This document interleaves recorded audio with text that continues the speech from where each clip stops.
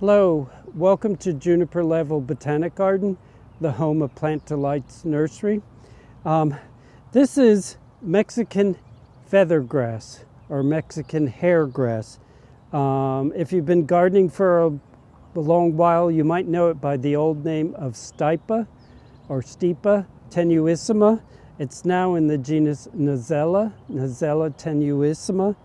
I don't know what Nassella means. Tenuissima, when you think of a tenuous argument, it's not a real strong argument, and the issima ending essentially means very, so it's not only fine but very fine textured with this sort of capillary thin foliage, but then the ethereal plumes.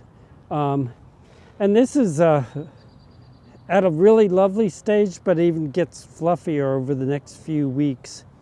It is native to the southwest US and Mexico.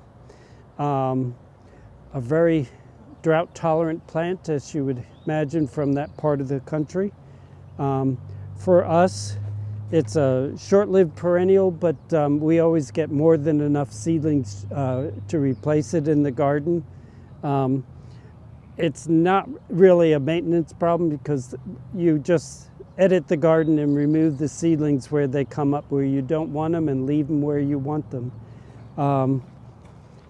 We cut it back pretty hard in late summer to remove the seed heads, which at that point are no longer attractive, but this time of year it's just ethereal.